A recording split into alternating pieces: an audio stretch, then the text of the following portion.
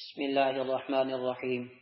اللهم صل على محمد وعلى آل محمد كما صليت على إبراهيم وعلى آل إبراهيم إنك حميد مجيد.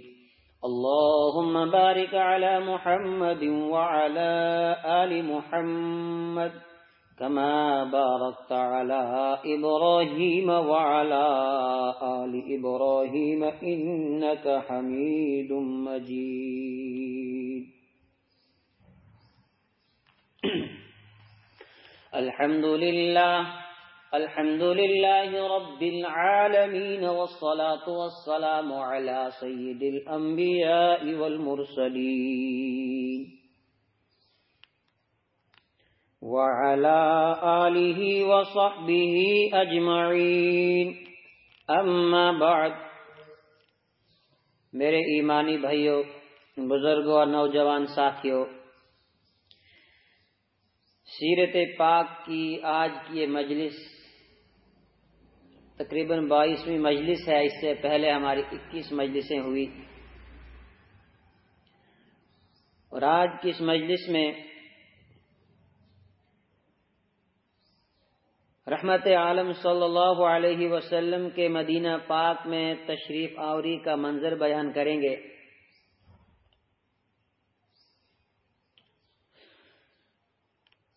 نماز سے فارغ ہو کر یہ مبارک قافلہ اس طرح مدینہ منورہ کی طرف چلا کہ آگے پیچھے دائیں بائیں ہتھیار باندھے انصار کی جماعت خوشی میں اللہ تعالیٰ کی کبریائی بلند کر رہی تھی، اور بیچ میں رحمت عالم صلی اللہ علیہ وسلم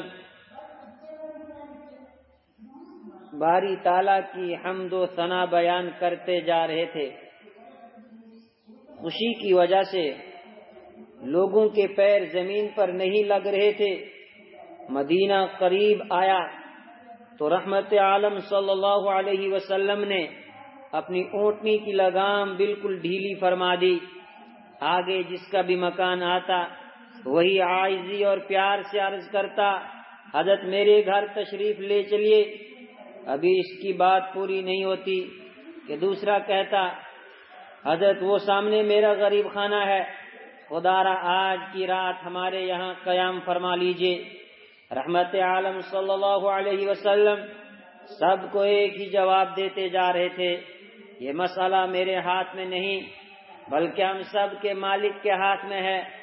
اس نے اس اونٹنی کو حکم دے دیا ہے، اب یہ جہاں جا کر رکے وہیں ہماری منزل ہوگی. دعوها فإنها مأمورة، اس کو چھوڑ دو کیونکہ یہ اللہ کے حکم کی پابند ہے. قافلہ چلتا جا رہا تھا اور لوگوں کی نظریں راستے پر ٹکی ہوئی تھی کہ آج یہ مقام اور مرتبہ کس کو نصیب ہوگا. ادھر مدینہ منورہ کی عورتیں اپنے گھروں کی چھت پر چڑھ کر اس کا نظارہ کر رہی تھی، اور مدینہ پاک کے بچوں کو رب ہی جانے ترانہ اور یہ سنگیت کس نے سکھایا تھا جو اس موقع پر ان کے ہونٹوں کی زینت بن گیا، جس کی لذت آج بھی باقی ہے. اور وہ ترانہ اور سنگیت یہ ہے، طلع البدر علینا من ثنیات الوداع وجب الشکر علینا ما دعا للہ داعی ایها المبعوث فینا جئت بالامر المطاع. ثنیۃ الوداع کی گھاٹی سے ہم پر 14ویں رات کا چاند طلوع ہوا ہے، اور جب تک اللہ کی طرف ہمیں کوئی بلانے والا بلاتا رہے گا ہم پر شکر واجب ہے. اے ہمارے درمیان مبعوث ہونے والی ذات، آپ جو دین لے کر آئے ہیں وہ ہمارے سر آنکھوں پر. اور جب قافلہ بنو نجار کے اس محلے میں پہنچا جو آپ صلی اللہ علیہ وسلم کے دادا عبد المطلب کا ننھال تھا، یہاں کی بچیوں نے وہ ترانہ پڑھ کر استقبال کیا جس کا ایک شعر یہ ہے، نحن جوار من بنی النجار یا حبذا محمدا من جاری. ہم بنو نجار کی پڑوس والیاں ہیں، کیا خوبی بات ہے کہ محمد صلی اللہ علیہ وسلم ہمارے پڑوسی ہیں. حضور اکرم صلی اللہ علیہ وسلم نے ویسے ہی اونٹنی کی لگام ڈھیلی چھوڑی ہوئی تھی اور اپنی طرف سے اس کو کسی جانب کا اشارہ بھی نہیں فرماتے تھے کہ اچانک جہاں آج مسجد نبوی کا دروازہ ہے اونٹنی وہاں آ کر بیٹھ گئی، لیکن رحمت عالم صلی اللہ علیہ وسلم نیچے نہیں اترے۔ تھوڑی دیر بعد وہ پھر کھڑی ہو گئی اور حضرت ابو ایوب انصاری رضی اللہ عنہ کے صحن میں بیٹھ گئی۔ آپ صلی اللہ علیہ وسلم یہیں اتر گئے اور اونٹنی پھر مسجد نبوی والی جگہ جا کر بیٹھ گئی۔ کسی نے کیا ہی خوب کہا ہے، مقدر اپنے بھی گر ایوب سے ہوتے، مقدر اپنے بھی گر ایوب سے ہوتے، آقا ہمارے بھی مہمان ہوتے۔ حضور اکرم صلی اللہ علیہ وسلم کا دل بھی یہیں تشریف لانے کا چاہ رہا تھا، کیونکہ یہ دادا عبد المطلب کے ننیحال کا گھرانہ تھا، لیکن اس میں کسی کو کسی پر ترجیح دینے کا شکوہ ہو سکتا تھا، اس لیے اللہ تعالیٰ نے یہ معاملہ اپنے ذمے لے لیا اور اونٹنی کو مامور فرمایا۔ حضرت ابو ایوب رضی اللہ عنہ کا مکان 2 منزلہ تھا، انہوں نے بالائی حصہ پیش کیا تھا، لیکن آپ صلی اللہ علیہ وسلم نے ملاقات کرنے والوں کی سہولت کے لیے نیچے کا حصہ پسند فرمایا، مگر ادب و احترام کے جذبات سے ان کا دل بہت پریشان تھا۔ ایک دن ان کا پانی والا برتن ٹوٹ گیا، اس کا پانی حضرت ابو ایوب رضی اللہ عنہ اور ان کی اہلیہ نے اس لحاظ سے خشک کیا جس کے سوا گھر میں اوڑھنے کے لیے کوئی کپڑا نہ تھا کہ کوئی قطرہ نیچے ٹپک کر آپ صلی اللہ علیہ وسلم کی تکلیف کا باعث نہ بنے۔ آخر انہوں نے خود ہی عرض کیا کہ ہمارے ایمانی جذبات اور ادب و احترام کا تقاضا ہے کہ آپ صلی اللہ علیہ وسلم بالائی منزل میں تشریف رکھیں، اور اس درخواست پر آپ صلی اللہ علیہ وسلم دوسری منزل میں تشریف لے گئے۔ حافظ ابن حجر رحمۃ اللہ علیہ نے تہذیب میں لکھا ہے کہ رحمت عالم صلی اللہ علیہ وسلم حضرت ابو ایوب انصاری رضی اللہ عنہ کے گھر میں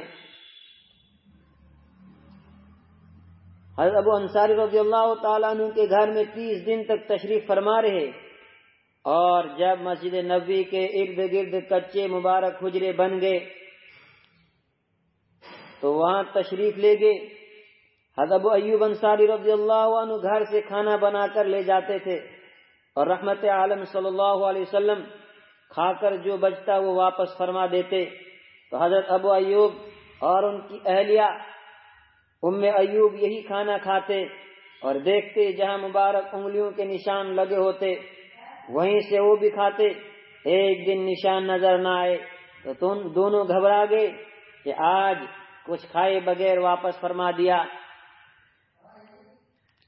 حضرت ابو ایوب انصاری رضی اللہ عنہ نے وجہ پوچھی، آپ صلی اللہ علیہ وسلم نے فرمایا میں فرشتوں سے باتیں کرتا ہوں اس لیے پیاز اور لہسن نہیں کھاتا۔ آپ نے اس میں پیاز اور بعض روایت کے مطابق لہسن ڈالا ہوا تھا۔ حضرت ابو ایوب انصاری رضی اللہ عنہ فرماتے ہیں اس کے بعد ہم نے پیاز کھانا ہی چھوڑ دیا۔ مسجد نبوی کی تعمیر، مدینہ منورہ پہنچ کر سب سے پہلے جو کام کیا گیا وہ ایک بڑی مسجد بنانے کا تھا۔ اس کے لیے اس جگہ کے بارے میں سوچا گیا جو حضرت ابو ایوب انصاری رضی اللہ عنہ کے گھر کے سامنے تھی اور جہاں پہلے جا کر اونٹنی بیٹھی تھی۔ یہ جگہ شہر کے درمیان میں بھی تھی اور کھلی بھی تھی۔ یہ جگہ حضرت سہل اور حضرت سہیل رضی اللہ عنہما 2 یتیم بچوں کی تھی۔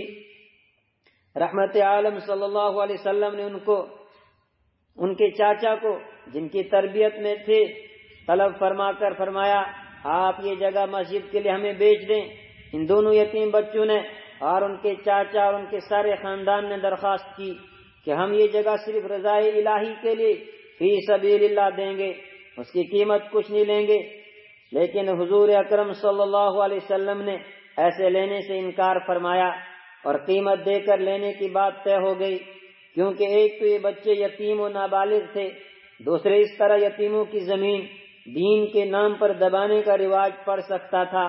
اکثر روایات کے مطابق اس کی قیمت 10 دینار حضرت ابو بکر صدیق رضی اللہ عنہ نے ادا فرمائی، اور کچھ لکھتے ہیں کہ حضرت ابو ایوب انصاری رضی اللہ عنہ نے ادا فرمائی، اور کچھ نے حضرت سعد بن زرارہ رضی اللہ تعالی عنہ کا ادا کرنا بیان کیا ہے۔ مسجد کا نقشہ اس طرح بنایا گیا کہ لمبائی تقریباً 70 ہاتھ اور چوڑائی 60 ہاتھ رکھی گئی، اور پھر سن 7 ہجری میں غزوہ خیبر کے بعد تنگ ہونے کی وجہ سے بڑھا کر 100 ہاتھ لمبی اور 100 ہاتھ چوڑی کر دی گئی۔ دوسری تعمیر میں حضرت ابو ہریرہ رضی اللہ عنہ اور حضرت عمرو بن عاص رضی اللہ عنہ بھی شریک ہوئے، اور زمین کو کشادہ کرنے کا صرفہ حضرت عثمان غنی رضی اللہ عنہ نے برداشت فرمایا۔ اور پھر تعمیر مسجد نبوی کا منظر، مسجد نبوی کی تعمیر کا بڑا ہی عجیب منظر تھا، جس پر آج کے دیندار لوگوں کو غور کرنے کی بہت ضرورت ہے۔ ہر ایک شخص کو وہی کام دیا گیا جو اس کو کرنا آتا تھا۔ کوئی کچی اینٹیں بنا رہا تھا تو کوئی گارا تیار کر رہا تھا، اور کوئی ضرورت کے پتھر سیدھے کر رہا تھا، اور اینٹ دھونے، پتھر لانے اور مستریوں کی مدد کرنے میں سبھی شریک تھے، جبکہ تاجدار حرم حبیب کبریا رحمت عالم صلی اللہ علیہ وسلم بھی اینٹیں اور پتھر اٹھا کر لا رہے تھے۔ صحابہ کرام عرض کرتے، ہمارے ماں باپ آپ پر قربان، ہم آپ کی طرف سے اٹھائیں گے، مگر آپ صلی اللہ علیہ وسلم شوق میں دوڑتے جاتے تھے۔ کبھی کوئی گزارش کر کے ایک کام آپ سے لے لیتا تو آپ دوسرا کام لے لیتے، اور ساتھ یہ اشعار بھی پڑھتے تھے، هذا الحمال لا حمال خیبر هذا ابر ربنا واطهر اللهم ان الاجر اجر الاخرہ فرحم الانصار والمہاجرہ۔ یہ مزدوری خیبر کی مزدوری نہیں، یہ تو ہمارے مقدس و مطہر رب کی مزدوری ہے۔ اور کبھی یوں گویا ہوتے، اللہم ان الاجر اجر الاخرہ فرحم الانصار والمہاجرہ، خدایا حقیقی ثواب تو بس آخرت کا ثواب ہے، اے اللہ تو انصار و مہاجرین پر رحم فرما۔ صحابہ کرام بھی رحمت عالم صلی اللہ علیہ وسلم کے ساتھ آخر میں آواز جوڑ کر ذکر کا جواب دے رہے تھے، اور کبھی کبھی یہ اشعار پڑھتے، لَإِن قَعَدْنَا وَالنَّبِيُّ يَعْمَلْ لَذَاكَ مِنَّ الْعَمَلُ الْمُضَلَّلُ۔ اگر ہم بیٹھ جائیں اور حضور اکرم صلی اللہ علیہ وسلم کام کرتے رہیں تو ہمارا یہ کام بہت ہی برا کام ہوگا۔ دیواریں آدمی کے سر سے کچھ اونچی ہوئی تو ان پر کھجور کی کڑی اور شہتیر ڈال کر اوپر کھجور کی ڈالیوں اور پتوں کی چھال ڈال دی گئی، جس پر مٹی نہیں تھی، جس کی وجہ سے بارش کا پانی بھی ٹپکتا تھا۔ نیچے کنکریاں بچھا کر فرش سے بنا دیا گیا۔ سبحان اللہ، یہ تھی یتیم مکہ کی عالی شان مسجد، جس کو مسجد نبوی کہا جاتا ہے، جو مسجد حرام اور مسجد بیت المقدس کے بعد دنیا کی سب سے مقدس مسجد ہے۔ اس میں آج کا نقش و نگار کچھ نہیں تھا، کچی اینٹوں کی دیوار، کنکریوں کا فرش اور کھجور کے پتوں کی چھت تھی۔ مسجد کے 3 دروازے رکھے گئے، جس میں ایک دروازہ خاص اس جگہ تھا جہاں آج محراب ہے، کیونکہ اس وقت قبلہ مسجد اقصی کی طرف تھا، تو جس وقت 16 مہینے بعد قبلہ خانہ کعبہ کی طرف ہو گیا تو دروازہ دوسری جانب کر دیا گیا۔ اور پھر صفہ کا چبوترا حی علی الفلاح کی جانب مسجد کے پیچھے کونے میں ایک چبوترا بنایا گیا، جس پر سائے کا انتظام بھی کیا گیا۔ یہ چبوترا ان صحابہ کرام کے لیے بنایا گیا جن کا نہ کوئی گھر تھا، نہ در، نہ بیوی بچے تھے۔ یہ دور دراز اپنے علاقوں سے دین سیکھنے کے لیے بھاگ کر آئے تھے۔ جب بھی حضور اکرم صلی اللہ علیہ وسلم مسجد میں تشریف لاتے تو یہ آپ کی خدمت میں حاضر ہو کر علم حاصل کرتے۔ نیز ان کی تعلیم کے لیے پرانے صحابہ میں سے بھی کسی کو مقرر کیا جاتا۔ یہ حضرات کبھی کبھی جنگل سے لکڑیاں چن کر لاتے اور بیچ کر اپنا گزارا کیا کرتے، اور کبھی رحمت عالم صلی اللہ علیہ وسلم کے پاس کچھ صدقہ آ جاتا تو آپ صلی اللہ علیہ وسلم سارا انہی کو پیش فرما دیتے، اور اگر کچھ ہدیہ تحفہ ہوتا تو آپ صلی اللہ علیہ وسلم خود بھی نوش فرما لیتے تھے۔ کبھی صحابہ کرام میں ایک دو کو تقسیم کر کے ان کی مہمان نوازی کا فرض پورا کیا جاتا، اور کبھی وسعت والے صحابہ کرام ان حضرات کی دعوت بھی فرما دیتے۔ حضرت سعد بن عبادہ رضی اللہ عنہ تو کبھی کبھی 80 آدمیوں کی دعوت فرماتے، لیکن اس کے باوجود ان کی غربت کا یہ حال تھا کہ کچھ حضرات کے پاس بدن چھپانے کے لیے 2 چادریں بھی نہ تھی، ایک ہی چادر میں گزارا کرتے تھے۔ کئی بار بھوک کی وجہ سے بے ہوش ہو کر گر جاتے تو لوگ سمجھتے تھے کہ مرگی وغیرہ کا دورہ پڑ گیا ہے۔ یہ ایسے حضرات تھے کہ انہوں نے اپنا سب کچھ دین کی خاطر قربان کر دیا تھا۔ جب بھی دین کے کسی کام کا حکم ہوتا اس کی طرف دوڑ پڑتے۔ بیر معونہ کے قصے میں جو 70 صحابہ کرام دین کی دعوت اور تعلیم کے لیے بھیجے گئے تھے، پھر وہاں کے لوگوں نے دھوکہ دے کر ان کو شہید کر دیا تھا، ان میں زیادہ حضرات یہ صفہ والے تھے۔ میرے ایمانی بھائیوں، ازواج مطہرات کے حجرے بنائے گئے۔ مسجد کے کام سے فارغ ہوتے ہی رحمت عالم صلی اللہ علیہ وسلم نے اپنے گھر والوں کے لیے مکانوں کا کام لگوایا۔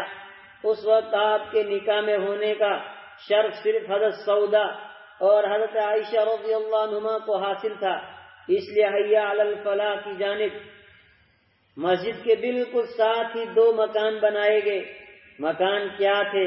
بس کوئی 6-7 ہاتھ چوڑا اور 10 ہاتھ لمبا کچی اینٹوں کا حجرہ تھا، جن پر وہی کھجور کی چھالوں اور پتوں کا چھت، اور دروازے پر کواڑ کی جگہ ٹاٹ کی بوری، کمبل وغیرہ کا پردہ تھا۔ امام بخاری رحمت اللہ علیہ فرماتے ہیں ان میں چراغ بھی کم ہی جلتا تھا، اور کسی عربی شاعر نے بہت ہی خوب کہا کہ جہاں سراج منیر صلی اللہ علیہ وسلم رہتے تھے وہاں دنیا کے سراج یعنی چراغ کی ضرورت ہی کیا تھی۔ ازواج مطہرات کی وفات کے بعد ولید بن عبد الملک کے زمانے میں یہ پاک حجرے گرا کر مسجد نبوی میں شامل کر لیے گئے، سوائے حضرت عائشہ رضی اللہ عنہا کے حجرے کے، کیونکہ اس میں سرکار دو عالم صلی اللہ علیہ وسلم آرام فرما رہے ہیں، اور جس وقت ان پاک حجرات کے گرانے کا فیصلہ ہو گیا اس وقت مدینہ المنورہ میں آہ و بکا اور چیخو پکار کا کوہرام مچ گیا۔ پچھلے زخم تازہ ہو گئے، لیکن کرتے بھی کیا، یہ بھی مجبوری تھی۔ ایک بزرگ سال بن حنیف فرماتے تھے افسوس اگر یہ حجرے اسی طرح باقی رہنے دیے جاتے تو لوگ دیکھتے کہ جن کے ہاتھ میں سارے خزانوں کی کنجیاں تھی وہ کیسے کیسے جھونپڑیوں میں زندگی بسر کرتے تھے۔ اسی درمیان رحمت عالم صلی اللہ علیہ وسلم کے حکم پر حضرت زید بن حارثہ رضی اللہ عنہ اور حضرت ابو رافع رضی اللہ عنہ مکہ مکرمہ جا کر رحمت عالم صلی اللہ علیہ وسلم کی صاحبزادی حضرت فاطمہ رضی اللہ عنہا، حضرت ام کلثوم اور زوجہ مطہرہ حضرت سودا رضی اللہ عنہا کو بھی مدینہ لے کر آ گئے، جبکہ حضرت رقیہ رضی اللہ عنہا اپنے شوہر حضرت عثمان رضی اللہ عنہ کے ساتھ حبشہ میں تھی۔ حضرت زینب رضی اللہ عنہا کو ان کے شوہر نے آنے نہیں دیا، وہ غزوہ بدر تک مکہ میں ہی رہی۔ بعد میں ان کے شوہر حضرت ابو العاص بھی مسلمان ہو کر مدینہ تشریف لے آئے، اور ادھر حضرت ابوبکر صدیق رضی اللہ عنہ نے اپنے صاحبزادے حضرت عبداللہ رضی اللہ عنہ کو بھی حضرت زید رضی اللہ عنہ کے ساتھ بھیج دیا۔ وہ حضرت ابوبکر رضی اللہ عنہ کے گھر والوں کو لے کر آگے، جس میں ام المؤمنین حضرت عائشہ رضی اللہ عنہا بھی تھی، اور اس دوران رحمت عالم صلی اللہ علیہ وسلم بھی حضرت ابو ایوب انصاری رضی اللہ عنہ کے گھر سے اپنے حجرے میں تشریف لے آئے۔ مدینہ پاک میں آپ صلی اللہ علیہ وسلم کے پڑوس میں حضرت ابو ایوب رضی اللہ عنہ کے علاوہ حضرت سعد بن معاذ رضی اللہ عنہ، حضرت اسعد بن زرارہ وغیرہ انصاری صحابہ رہتے تھے، جو دودھ سالن وغیرہ کا تحفہ پیش کرنے میں کبھی کمی نہیں کرتے تھے۔ اسی طرح حضرت انس رضی اللہ عنہ کی والدہ نے اپنی کچھ جائیداد ہدیے میں پیش کی، جو آپ صلی اللہ علیہ وسلم نے ان کی زوردار فرمائش پر قبول فرما لی،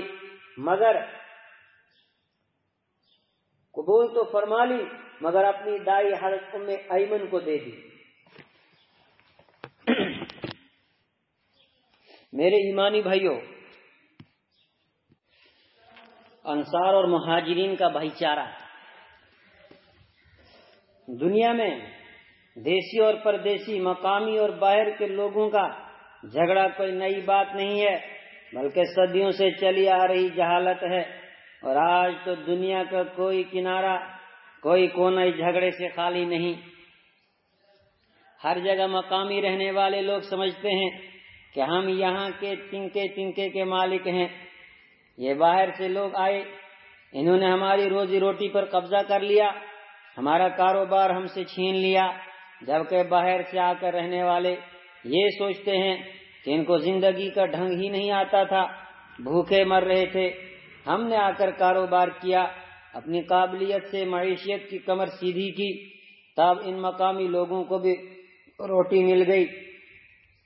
خیر، اب تو ساری دنیا میں یہ حال ہے، جو لوگ وہاں 500 سال پرانے رہ رہے ہیں، دوسرے لوگ صرف اس لیے ان کے دشمن ہیں کہ ہم ان سے 50 سال پہلے سے یہاں رہ رہے تھے۔ پھر اس نام پر انسانیت کا کس طرح قتل عام ہوتا ہے، کس طرح انسان کو ذلیل و خوار کر کے بے وطن کیا جاتا ہے، اس کو تو بیان کرنے کی ضرورت ہی نہیں۔ لیکن 1400 سال پہلے کی مدینہ کی تاریخ پر بھی ایک نظر ڈالیے، ایک دوسرا ہی نقشہ نظر آئے گا۔ کوئی مکہ سے، کوئی حبشہ سے، کوئی روم سے اور کوئی ایران سے آتا ہے، لیکن مدینہ کے انصاری اس کو اس طرح بھائی بنا لیتے ہیں جیسے دو جڑواں بھائی۔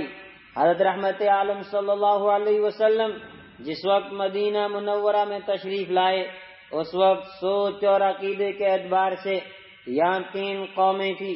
ایک یہودی جو کہنے میں تو اہل کتاب تھے، لیکن حقیقت میں سب کچھ جانتے پہچانتے ہوئے اسلام کو چھوڑ کر کفر پر ڈٹے ہوئے تھے۔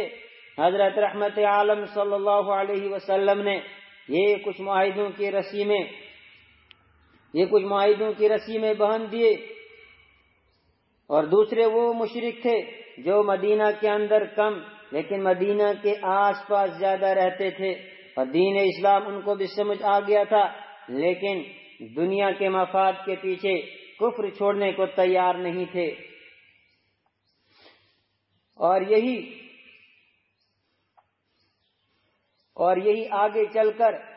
لوگ آگے چل کر منافق بنے۔ تیسرے وہ خوش نصیب تھے جن کو اللہ تعالیٰ نے اپنے کرم سے ایمان بھی عطا فرمایا اور ایمانی تقاضوں پر ہر قسم کی قربانی کا جذبہ بھی عطا فرمایا۔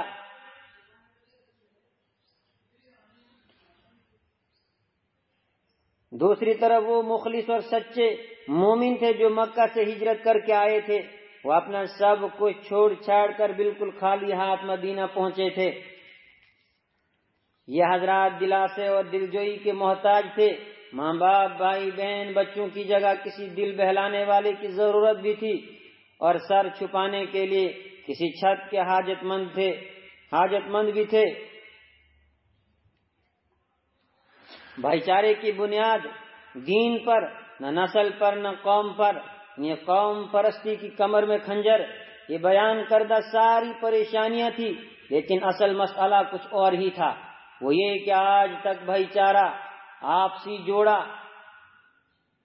آج تک بھائی چارہ اور آپسی جوڑ اور اخوت کی بنیاد 2 چیزوں پر تھی، ایک ملک اور دوسری قوم، اور خاص عرب میں صرف قوم اور خاندان پر تھی۔ پھر وہ بنیاد بھی ذاتوں اور چھوٹی چھوٹی شاخوں کی بنیاد پر ٹوٹتی پھوٹتی رہتی تھی، اور کچھ علاقوں میں بھائی چارے کی بنیاد صرف ملک اور علاقے پر تھی، پر وہ بھی الگ الگ علاقوں کے نام پر صبح و شام ٹوٹتی پھوٹتی بلکہ نیست و نابود ہوتی رہتی تھی۔ اس کی وجہ یہ تھی کہ یہ بنیادی اتفاق کے بجائے جھگڑے اور اختلاف کا باعث تھی،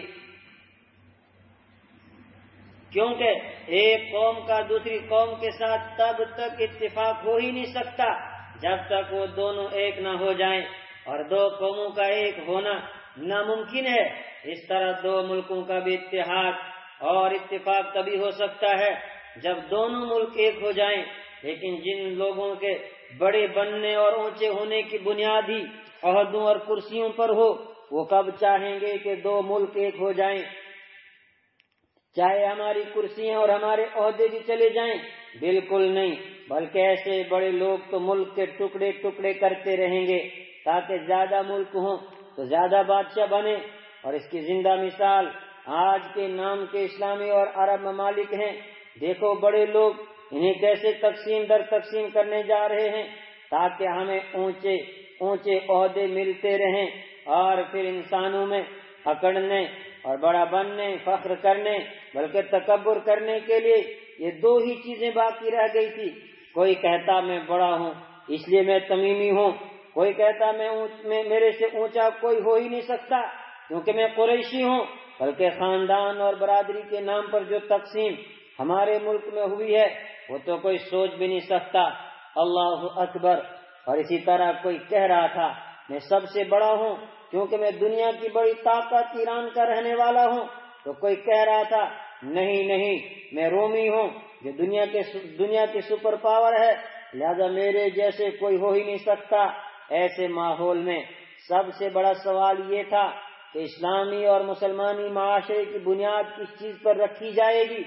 سبحان اللہ، رحمت عالم صلی اللہ علیہ وسلم نے خدائی حکم کے مطابق اس کی بنیاد صرف اور صرف اسلام پر اور دین پر رکھی۔ یہ صرف زبانی کہنے کی بات نہیں تھی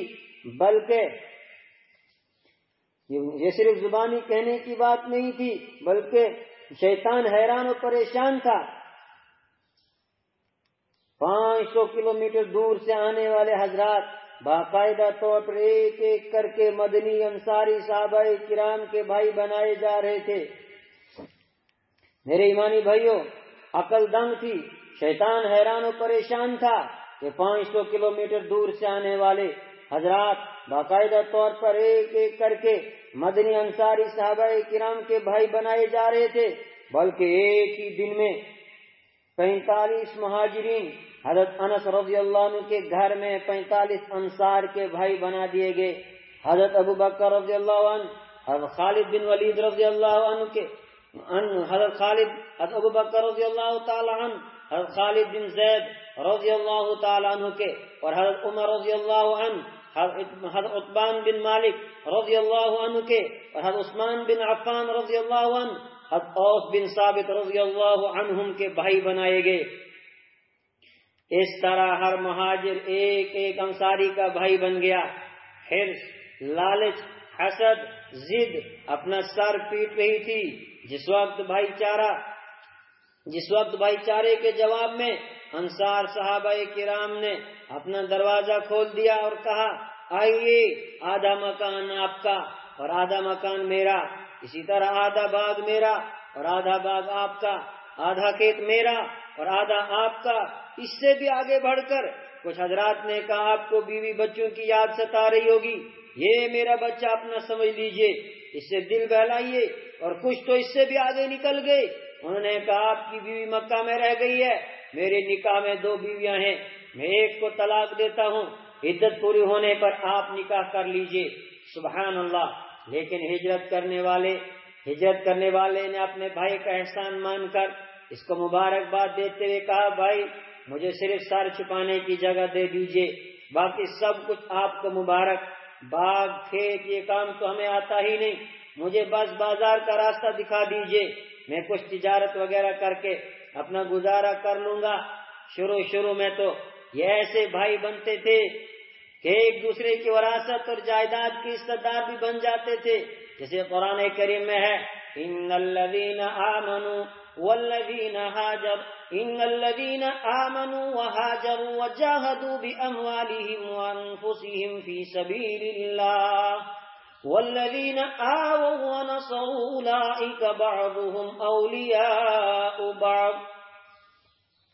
بے شک جو لوگ ایمان لائے اور انہوں نے ہجرت کی اور انہوں نے اللہ کے راستے میں اپنے مال اور اپنی جان سے جہاد کیا، اور وہ لوگ جنہوں نے ان کو جگہ دی اور مدد کی، سب آپس میں ایک دوسرے کے ولی ہیں۔ بعد میں وراثت والی حصہ داری تو ختم کر دی گئی، جیسے کہ حکم ہوا والذین آمنوا من بعد وہاجروا وجاہدوا معکم فاولئک منکم وَأُولُو الْأَرْحَامِ بَعْضُهُمْ أَوْلَىٰ بِبَعْضٍ فِي كِتَابِ اللَّهِ إِنَّ اللَّهَ بِكُلِّ شَيْءٍ عَلِيمٌ۔ اور وہ لوگ جو بعد میں ایمان لائے اور انہوں نے ہجرت کی اور تمہارے ساتھ مل کر جہاد کرتے رہے، اور وہ بھی تمہاری جماعت میں سے ہیں اور رشتہ دار، اور وہ بھی تمہاری جماعت میں سے ہیں اور رشتہ دار اللہ کی کتاب کے مطابق ایک دوسرے کے زیادہ حقدار ہیں۔ بے شک اللہ تعالیٰ ہر ایک چیز کو جاننے والا ہے۔ اور رشتہ داروں کو وراثت میں ملنے والا حصہ تفصیل سے سورہ نساء میں بیان فرما دیا، لیکن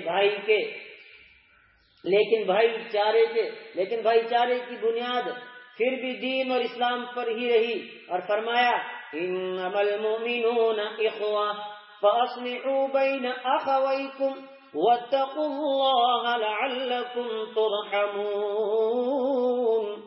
یقین سارے مسلمان بھائی ہیں، لہذا تم اپنے بھائیوں میں صلح کرو اور اللہ سے ڈرتے رہو تاکہ تم پر رحم کیا جائے۔ یعنی مشرق کا ایمان والا مغرب کے ایمان والے کا بھائی ہے، چاہے خاندان، علاقہ، قوم، ملک، زبان کچھ بھی ہو، اور بڑے چھوٹے کی بنیاد تو صرف تقوی اور پرہیزگاری پر رکھ دی گئی، جس کا اصل علم مر کر ہی ہوگا۔ یہاں کوئی کسی کو نہیں کہہ سکتا تو چھوٹا متقی اور میں بڑا متقی ہوں، کیونکہ تقوی کا نتیجہ مر کر ہی نکلے گا۔ سبحان اللہ۔ اس کے لیے اعلان کیا گیا یا ایھا الناس انا خلقناکم من ذکر وانثی وجعلناکم شعوبا وقبائل لتعارفوا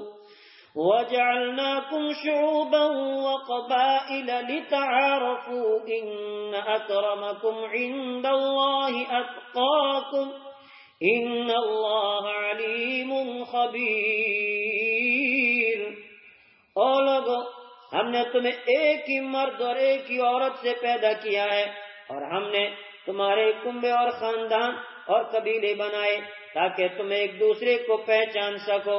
بے شک اللہ کے نزدیک تم میں سے عزت والا وہی ہے جو زیادہ پرہیزگار ہے۔ بے شک اللہ تعالیٰ خوب جاننے والا اور خوب خبر رکھنے والا ہے۔ یہ وہ نبوی طریقہ اور یہ وہ خدائی منصوبہ تھا جس سے صدیوں کی جہالت کی کمر ٹوٹ گئی۔ انصار کے الگ الگ قبیلوں اور کنبوں اور قوموں میں صدیوں سے لگی ہوئی لڑائیوں کی کمر ہی نہیں ٹوٹی، بلکہ لڑائیوں کی وجہ سے ان کے درمیان ضد، نفرت اور تعصب کی جو گہری کھائیاں کھود گئی تھی وہ پھٹ گئی۔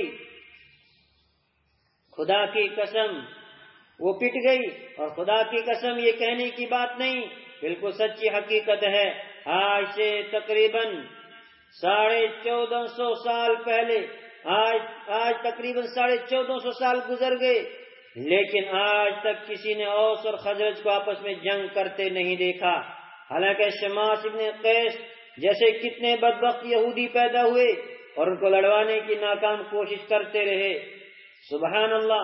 ہم کہہ سکتے ہیں کہ فخر اور ناز کے لیے نہ کوئی قریشی رہا نہ کوئی تمیمی رہا، جس کا آخری حج کے موقع پر رحمت عالم صلی اللہ علیہ وسلم نے صاف لفظوں میں اعلان فرما دیا۔ اس بھائی چارے کا اصل مقصد یہی تھا، صرف بے گھروں کو گھر دلانا مقصد نہیں تھا۔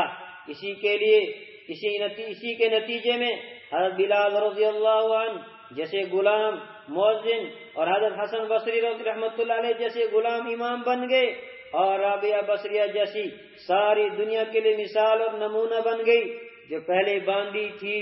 اس لیے مکی صحابہ کرام کے درمیان مکہ پاک میں بھی ایک بھائی چارہ کروایا گیا تھا، اس پر بھی غور کر لیجئے۔ اس میں بڑے اونچے خاندان کے مالدار صحابہ کرام کی بھائی بندی کچھ غلام صحابہ کرام سے کروائی گئی تھی۔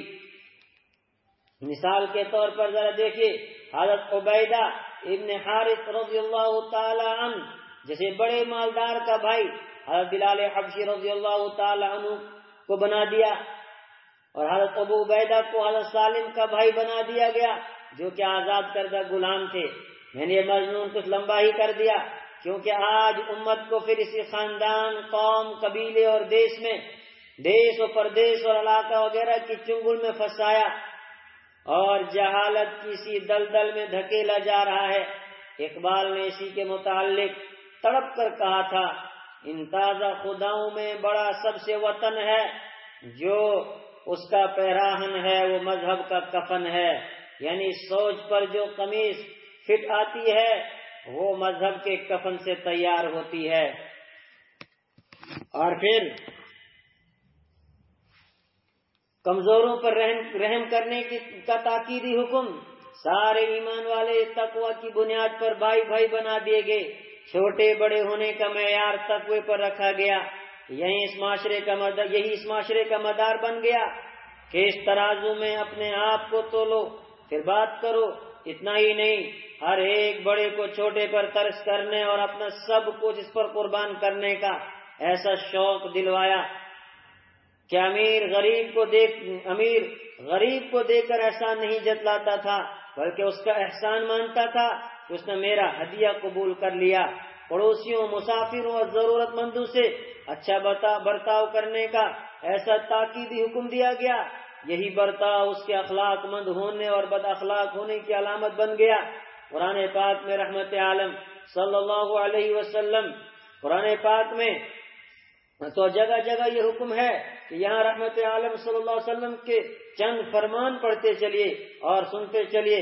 رحمت عالم صلی اللہ علیہ وسلم نے فرمایا، لوگوں آگ سے بچو، یعنی جہنم کی آگ سے بچو، چاہے کھجور کا ایک ٹکڑا ہی صدقہ کر کے ہو، اور اگر یہ بھی نہ ہو تو اچھی بات کر کے ہی صحیح۔ اور فرمایا صدقہ گناہوں کو ایسے ختم کرتا ہے جیسے پانی آگ کو۔ اور فرمایا جو مسلمان کسی ننگے مسلمان کو کپڑا پہنائے گا اللہ تعالیٰ اس کو جنت کے ہرے کپڑے پہنائے گا۔ جو کسی مسلمان